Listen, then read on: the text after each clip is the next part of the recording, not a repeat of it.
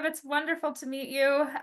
You I too. love that this show has sort of become a way of bringing the literary community tighter together over virtual distances. So there we go.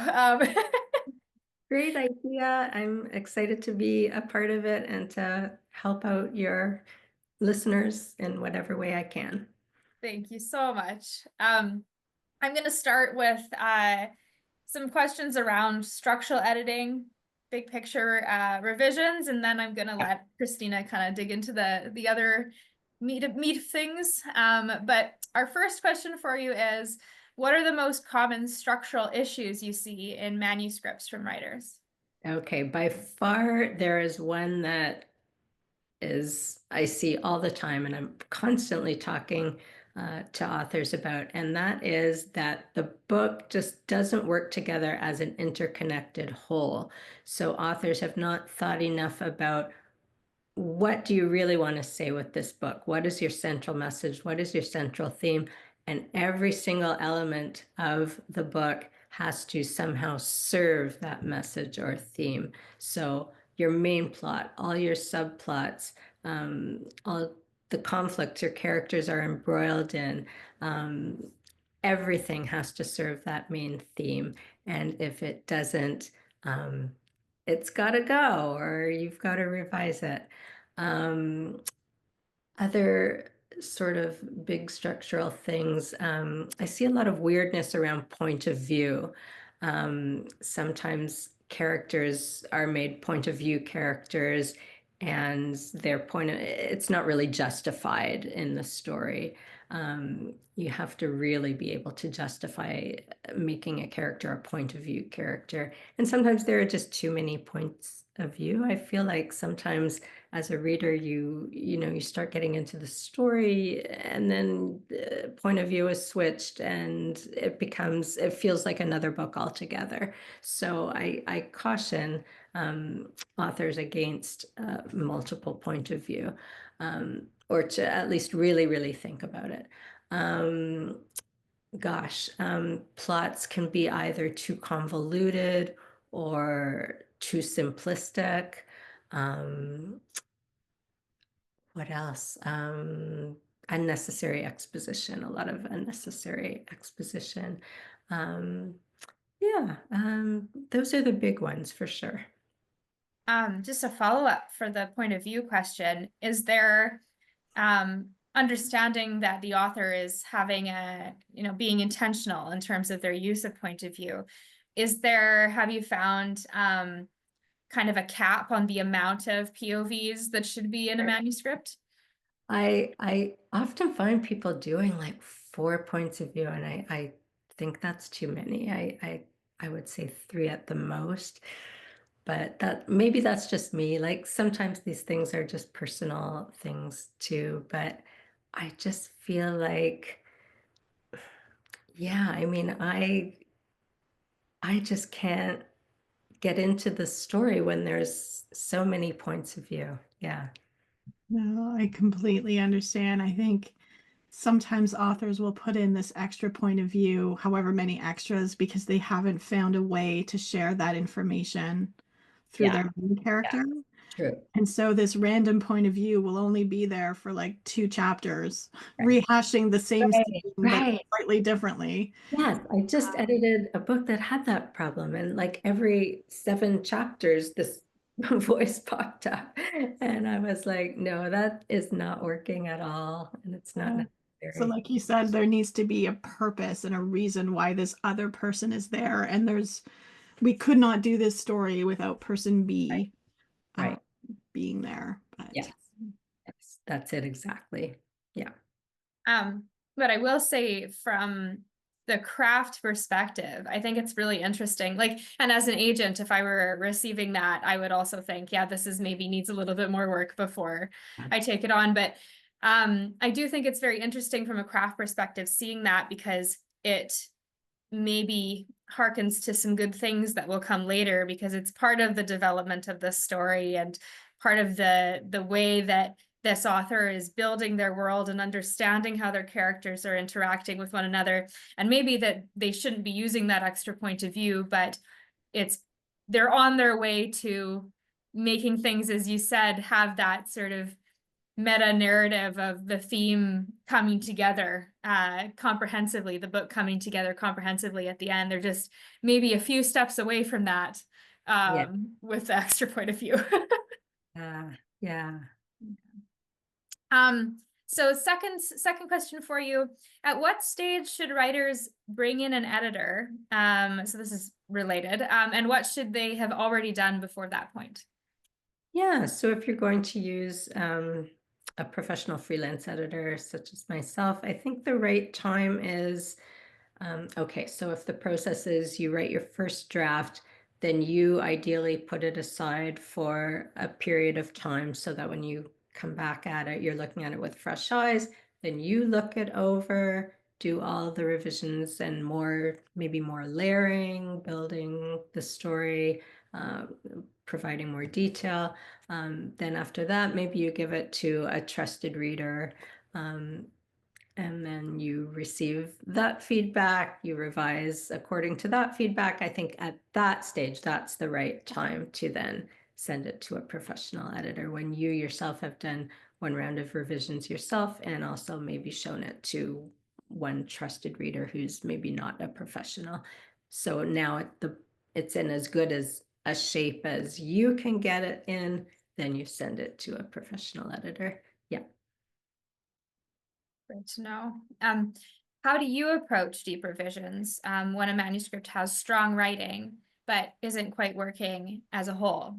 Yeah, so there are two things I always tell my clients to do, and that is take some time away from it, but also read the manuscript out loud. And both of those things help you kind of gain objectivity, help you see and hear the manuscript in new ways. And you'd be surprised, things just kind of jump out at you, issues. But also, I would make a list of sort of all the important elements of the book, characterization, main plot, subplots, conflicts, setting, etc. And I would devote a manuscript pass to each of those things separately. So in one manuscript pass, you're looking for character problems. Do I have too many characters? Do I need all these characters? Are they all serving the story? Does my main then do a read just for plot, main plot? Do I have too many subplots, too few subplots? Is every plot line serving my theme, etc.? And sort of attack each thing individually in a separate manuscript pass. That's how I do my own revisions, and I found it a really good system. So that's the one I recommend to my clients. That's awesome. That's a lot to work with there too. Like if someone's interested in, sort of starting into that editorial process, first of all, just learning to set your book aside for some time can be a challenge, right? Especially when, you really want to get it out there and you're Oh, that's the big thing. And I always tell people, oh, don't be in such a rush. Like time is, have patience. You can't rush it because that will affect the quality. Just take your time at all these stages as much as it hurts to do. yeah, no, it's such good advice. All right, and my last question for you before I pass it to Christina is what to you makes a novel unputdownable? I think there are probably 3 or 4 things. One is a really unique voice.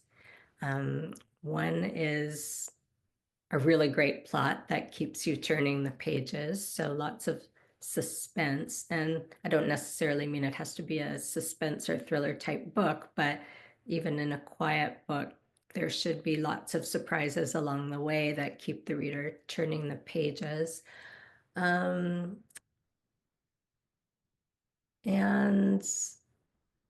I think these days you need to have a really relevant, you need to be saying something relevant about the world that we're living in. I think that's really important. And probably even 10 years ago, I wasn't talking about that to clients, but I think for publishers, that's a really important element these days.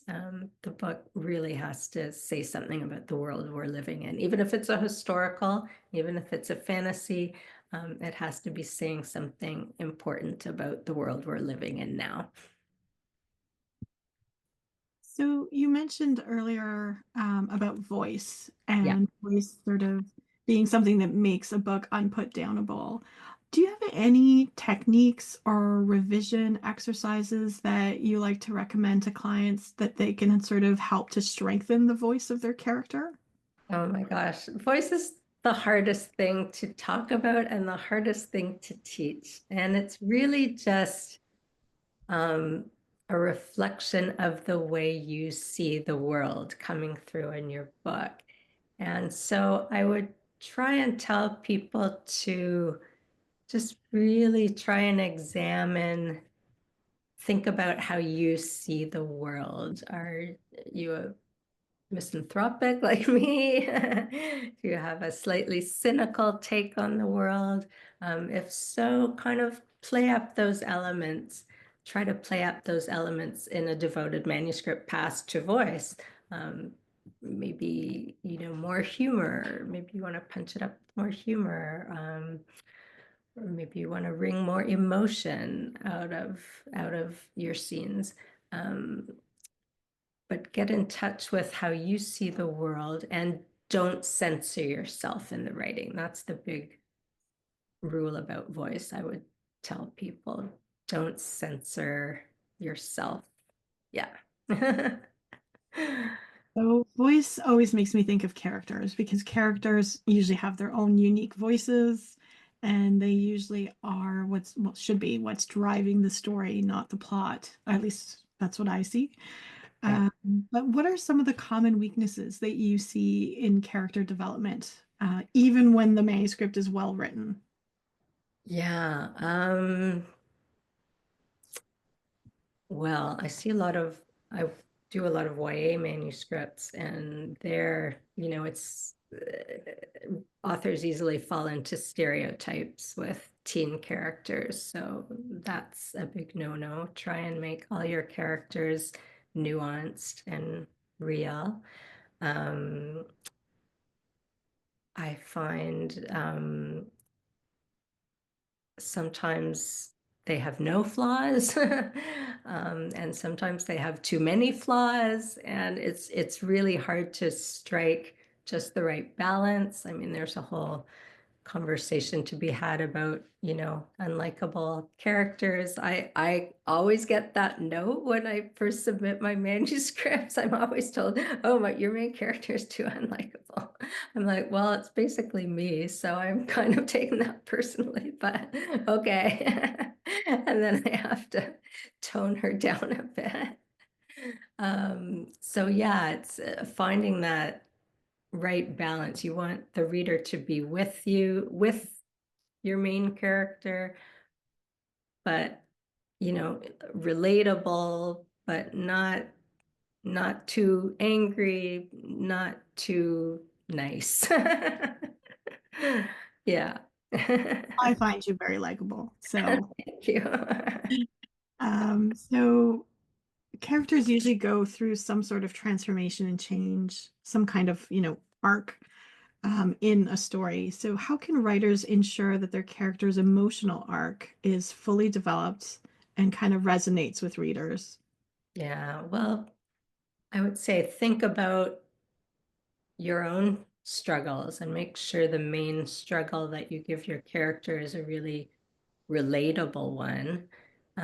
But also make sure you set out several scenes, dynamic scenes that will show your character engaging in that struggle and making some progress along the way. And there may be a point where the character kind of falls back into old habits and takes a backward couple of steps, as we all do. So the struggle shouldn't be uphill, uphill, uphill. It should be, fall down a little and then continue up and finally overcoming this particular struggle. And so I just want to link that back to something you mentioned about, does your story have too many characters or not? And I think one of those things is, do the characters impact the main character's transformation? Do they contribute or push or, pull them along if necessary to that transformation? That's a really good. Are there Yeah. other elements that you see that kind of help or impact that transformation that a character goes through? Well, it can be plot related. There can be events that occur that affect how a character thinks about things and characters, as you say. So yeah, again, everything should be interconnected and work together to form a cohesive whole. Yep. So on the question of, the idea of too many characters or not enough, but that kind of makes me think about killing your darlings, Yeah. sort of getting characters or amalgamating some together. I often with clients when we work on memoir, they literally have everybody in the room who was there for that one meeting at work, Yeah. 20 characters in the room, and you Right. can kind of smush them together to make two or three. But how do you advise writers on cutting some of those beloved characters or unnecessary scenes? Like what advice do you give a writer to do that, on how to do that? Oh my gosh, I don't know that I really have any advice. I just say do it. Um, yeah, I mean, it's often when I point out that two characters are serving the same dramatic purpose, that's enough I've had people go, oh, I've never heard someone say it that way before. I understand that. So, yeah, it happens a lot again in YA. You'll typically have maybe a friend group and, a couple of the characters will be virtually identical. And I say, it's you want your reader to get to know these characters really well. So if there are too many characters, first of all, you're not going to get to know any of them really well. So, and certainly you don't want two of them serving the exact same dramatic purpose. So then they'll often see the light and get rid of one of them. Can I jump in here? Yeah, absolutely. Okay, so I'm going to play devil's advocate writer and say, um, what I've written here is essential in that I just think it's absolutely perfect and I don't want to get rid of it. And that character, even though they're similar to the other character, is dear to my heart, and I've written them for a while and I don't want to lose them. What's the virtue in cutting darlings? Why should writers kill off darlings? Oh my gosh. So, I mean, it's just you want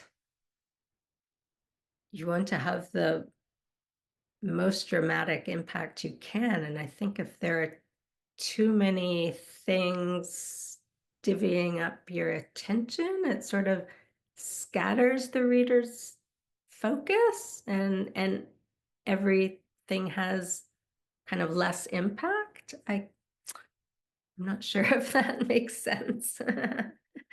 But Oh yeah. just to have the maximum dramatic effect, you have to, I think, streamline these things and not have attention focused on things that may duplicate other things. And yeah. And I Yeah. think that's the idea, like nobody wants to hear the same story twice. As impactful the second time you hear it, the first time it was. Right. Um, Very and I think it's the same in a novel. Nobody wants the same similar scene or the same similar character doing the same thing that we just saw yeah. 10 pages ago. And you risk your reader putting down the book if they get bored. Yeah, for sure. That's a really good way of putting Devil's advocate writer says thank you. Okay. it. So I'm going to jump ahead to talk about working with editors. Oh my gosh, I need an editor myself apparently, and navigating feedback. So what should writers look for in an editor to make the most of a professional edit? Yeah, so yeah, I'm a writer, but I'm also a former in-house editor at Harlequin and McGraw-Hill Ryerson. So I've had editing experience in-house. I think that's a good thing to look for. Um, you want to see strong testimonials on the editor's website or social media. Um, yeah, I'm bad at updating my website, but occasionally on Instagram, I'll put testimonials on my grid, new ones. um, yeah, I also do things like I put occasional tip reels on Instagram. So you want to, you want to see that your editor is kind of engaged in with the community, with the writing community, and doing things to help the writing community. Yeah, I mean, I think sample edits are a little bit controversial. I personally do not do sample edits because I would spend my whole day doing sample edits if I did sample edits for everyone who asked for them, and I wouldn't have time to actually engage in my real work. So, and I do think they're more useful for copy editing than for developmental editing. So, hopefully you can trust someone's, and people in other industries do not do that. So I think, a person's professional background says a lot, and the nature of the testimonials that they have on their website or their social media says a lot. And word of mouth. For me, it's all word of mouth. So if you get a personal recommendation, yeah, I mean, I'm constantly, just this week, I got, someone mentioned me in a writer's forum, and then I got, 10 inquiries because that person recommended me. So good word of mouth. Yeah. That's always lovely. Yeah. Yeah. One thing I talk a lot about is the importance of relationships in this industry. And it's not like it's who you know, like it's not like that, but really about building respectful connection with people. And that's between authors and agents, agents and editors, Yeah. editors and authors. Like it's across the board. So very cool. And I'm glad you got some inquiries. So that's awesome. Thank you. Yeah. It's always nice when that happens. For Yeah. sure. Okay, so how do you suggest writers handle conflicting feedback from different sources, like beta readers, editors, and agents? Yeah. So, gosh, that's a hard one too. I'll just say some more often than not, you do get several people saying the same thing, and those are the things to really pay attention to. You might not necessarily like the way someone's advised you to fix a problem, but if more than one person kind of flags the same problem, that's something you have to pay attention to. And other things, yeah, you just have to go with your gut. But I would have the author ask yourself if you're choosing not to pay attention to something someone has flagged, is it because you really don't think it's a problem, or is it because you're not willing to dig deep enough to take care of that problem? So don't be lazy. You have to, again, kill your darlings. You have to be really willing to get in there and do the work. And it's hard work sometimes, but don't often, and I'm guilty of it myself. I know I've done it in the past, said, oh, maybe that's a little bit of an issue, but eh, I'll let it slide. But you want your manuscript to be the best it can be. So you really have to be honest with yourself when you're going over the feedback you get. Yeah, having your maintaining authorial integrity and the voice you want and what you want to say whilst also being adaptable and willing, Yes. yeah, to work with. There's sort of you're writing the story you want to write, and then you're also engaging with the world with that story. It's like Yeah. two sort of separate Yeah. audiences. I don't know. You know what I mean? You have to keep in mind too that as an author, you do not have enough objectivity over your own work to really, really see it. Yeah. Yeah. Totally. I love that. Thank you. And very, very smart to connect it with the cutting your darlings idea too. What's one misconception experienced writers often have about professional editing? Oh, that they don't need them. I actually have a middle grade client who's been published with big publishers for years and years and years, and still, and sometimes even say to her, like, you might not need me anymore. And she's, nope, nope, I need you. She sends her manuscripts to me every time before she sends them to her actual editor. And she's been with the same editor and the same house for years and years and years. So yeah, and these days I would add also that it's so rough out there. Publishers and agents are, if a manuscript isn't perfect, they are not reading more than a chapter. They are saying, nope, I'm like, this isn't hitting. You need to have that manuscript be absolutely perfect before you send it. If you want to be traditionally published, if you want to send it to an editor or an agent. So it really behooves you to have a freelance editor look at it beforehand. And if you're self-publishing, yeah, I mean, you still want that story to be the best it can be, right? So yeah.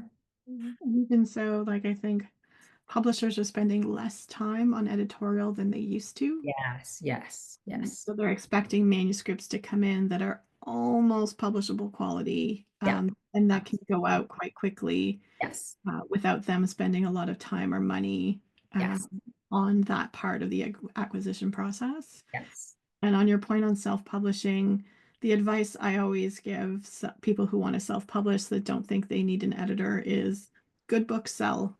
Yeah. And second book is based on your first book sales. So if your first book was kind of people are not going to give you another chance, unfortunately. Yeah. It's very rare Yeah. that someone is going to say, yeah, I'm going to pick up this other self-published book by this same author when the first one was not that great. Right, right. People are going to choose what they read, and there's millions of choices. So you want yours to be as good as it can be. Yes, yes, definitely. And word of mouth is so important. You want people to be saying, hey, this one is really, really good. Yeah. And just another quick note on how fast agents move through what arrives in their inbox. Like I can tell fairly quickly, if a manuscript is going to work for me or not. So I think you're totally right to have it as clean as possible. And if that requires a professional edit, that's a great tool to use. So awesome. So couple more questions about working with editors, and then I'll pass it off to Christina again. But how can writers develop a self-editing process that mimics a professional editor's approach? Yeah. I think just again breaking down your revision process into chunks, saying, okay, in one pass, I'm going to be looking at these problems related to plot. In another pass, I'm going to look at problems related to character. In another pass, I'm going to look at problems related to voice and so on, and just be really systematic about it. Have a checklist of things that you're looking for. And then later on, you might want to, you'll be looking at more nitty-gritty kind of line things. But certainly all the big picture items, devote a manuscript pass individually to each of those things. And yeah, be systematic about it. Systematic chunks. Yeah, and also don't forget to take time away from the manuscript and read it out loud, and those things will help problems jump out at you. Awesome. That's awesome. What a great bookend. And then my last question for you is, what is a piece of advice that you give to every writer, no matter how experienced they are? Yeah, so I said it before, don't rush the process. I think people, like you said, they just want the book out there and they're not patient enough to really dig in and go deep with their revisions and do what needs to be done. Yeah, so have patience, take your time. It will pay off. Patience is so important. Thank you so much, Bev. Welcome. Very little of. It's my Sagittarian nature. We don't. Oh, I'm a Sag too. We're not known for patience. Yeah, I know. I know. All these things are things I've had to tell myself too as a writer. I am very guilty of sending things out too early. I think that's a common problem. Yeah. Well, I think it's that excitement, right? You've accomplished something Yeah. big. Yeah. And writing a book is big. Like sometimes you spend years writing something and refining it. So when you're finally, done, uh, Yeah. it's exciting to share that with anybody who's willing to look at it. Right. So last question for our little discussion, and it's sort of a little bit in the vein of advice as well, but if you could give writers only one golden rule of editing, what would it be? Rule of editing. Yeah, don't be precious. So it's the kill your darlings thing too. Like just be really open. Um, try not to be defensive or yeah. Yeah, just try to stay open. Yeah. I think And that's accept. great advice. Yeah. I think that's perfect advice. Open to feedback, open to Yeah. changes, open to Yeah. making those changes. Absolutely. And then just to remind any writers watching, any feedback is not a reflection of you. Yes. It is about the story. It's about making it better and kind of going with that openness and attitude of this is going to make my story better. Let me see if these things will work or not. It's not you. That It's not, goes for agents rejecting writers as well. Just saying. And yeah, I it should can be a remind good people book. too, like I've worked on when I worked at McGraw-Hill Ryerson, I was acquiring fiction from really big name writers, and people would be shocked if they knew, how some things came in from, these writers that you idolize. Their work needs work too. So what you're always seeing in a book is, the finished product after many rounds of revisions that run many stages. And you can't, everybody goes through it. So I think that's really useful for people to know that even the people you idolize, I mean, their work doesn't come out the way you read them in the finished books. Yeah.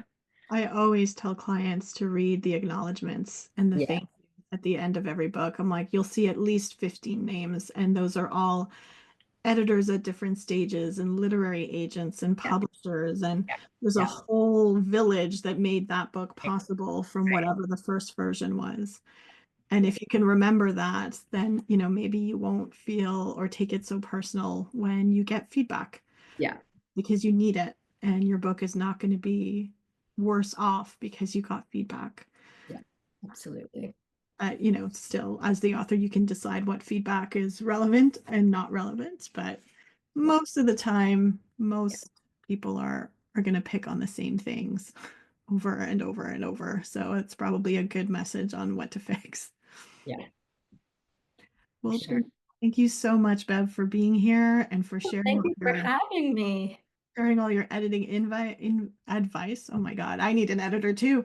We'll have we'll have your website and your books linked down below for people to go in and explore.